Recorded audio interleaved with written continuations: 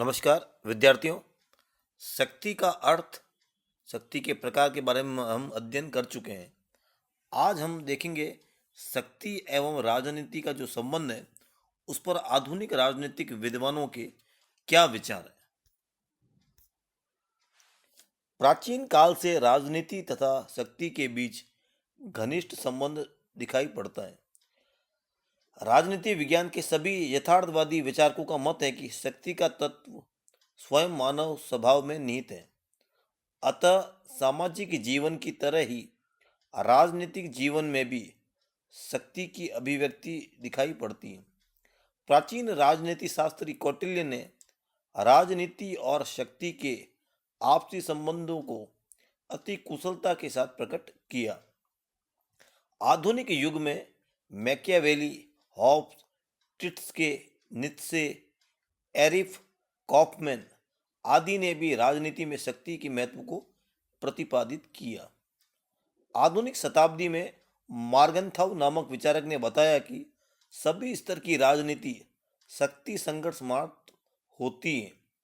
इसी प्रकार बेकर का मत है कि राजनीति से शक्ति अपृथकरणीय है। व्यवहारिक जीवन में हम देखते हैं कि राज्य शक्ति के अभाव में कोई जनहितकारी कार्य नहीं कर सकता।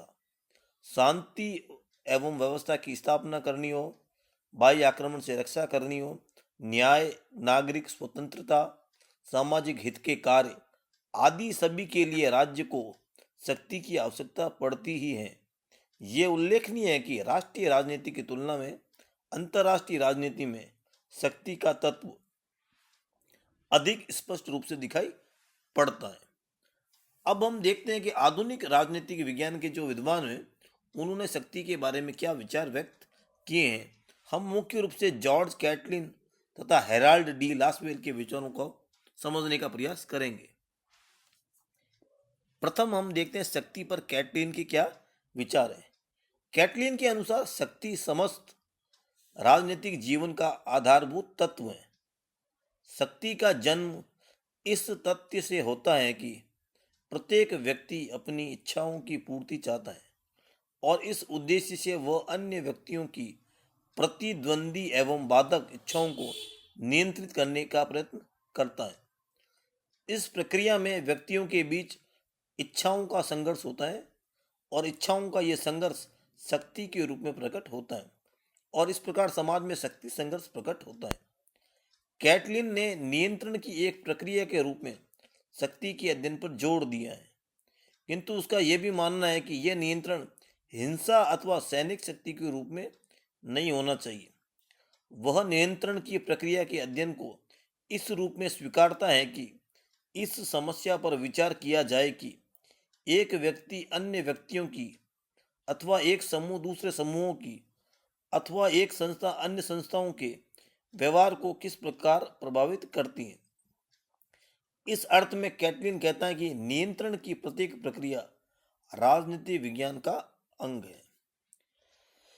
कैटलिन ने राजनीतिक जीवन का मुख्य आधार शक्ति को माना है। उसका मत है कि राजनीति विज्ञान के अध्ययन में अन्य विषय गौण है और इसके अध्ययन का मुख्य विषय शक्ति ही है।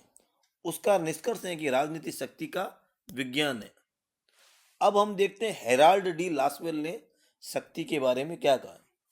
हेराल्ड डी लासवेल ने भी राजनीति विज्ञान के अध्ययन को मूल विषय शक्ति को ही माना। उसका मानना है कि शक्ति की अवधारणा संपूर्ण राजनीति की मूल अवधारणा है। राजनीतिक प्रक्रिया का अर्थ है शक्ति को आकार देना, शक्ति का वितरण करना तथा शक्ति का उपभोग करना।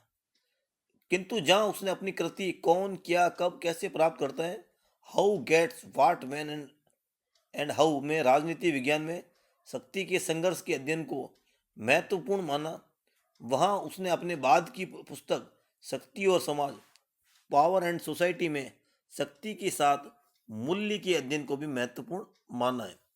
इस प्रकार लासवेल ने शक्ति संबंधी अपने विचारों का विस्तार किया है। उसने शक्ति एवं मूल्य की घनिष्ठता को स्वीकारा है और उनके आपसी संबंधों को प्रकट किए हैं। तो हम देखते हैं कि लासवेल का मानना है कि शक्ति और मूल्य दोनों एक दूसरे पर निर्भर हैं, एक दूसरे को प्रभावित करते हैं। शक्ति मूल्यों के वितरण को प्रभावित करती है और मूल्य शक्ति के प्रयोग एवं वितरण को प्रभावित करते हैं।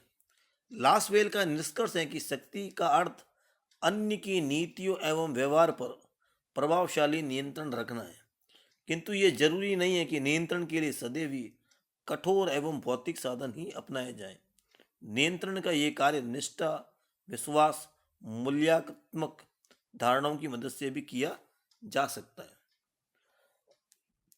अन्य अनेक राजनीति शास्त्रियों ने भी राजनीति विज्ञान के अंतर्गत शक्ति की अवधारणा को महत्वपूर्ण माना है। इस दृष्टि से मेरान व बैनफील्ड का कथन है कि किसी समस्या को संघर्षपूर्ण बनाने वाली अथवा उसका समाधान खोजने वाली सभी गतिविधियां राजनीति है।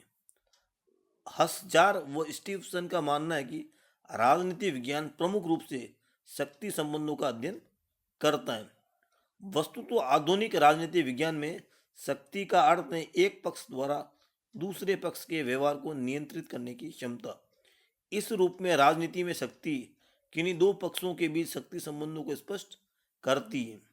अतः रॉबर्ट ए डहल का मत है कि शक्ति एक संबंध होती है।